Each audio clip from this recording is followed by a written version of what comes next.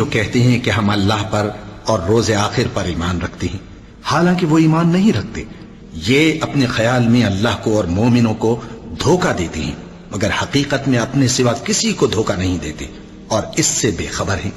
इनके दिलों में कुफ्र का मरज था, अल्लाह ने इनका मरज और ज्यादा कर दिया और इनके झूठ बोलने के सबब इनको दुख देने वाला अजाब होगा।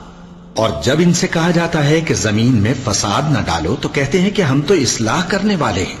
देखो, ये बिलाशुबा मुफसिद हैं, लेकिन खबर नहीं रखते।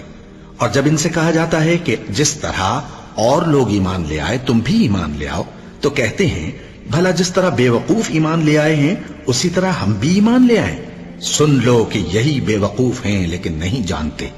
और ये लोग जब मोमिनों से मिलते हैं तो कहते हैं कि हम ईमान ले आए हैं, और जब अपने शैतानों में जाते हैं तो उनसे कहते हैं कि हम तुम्हारे साथ हैं और मुसलमानों से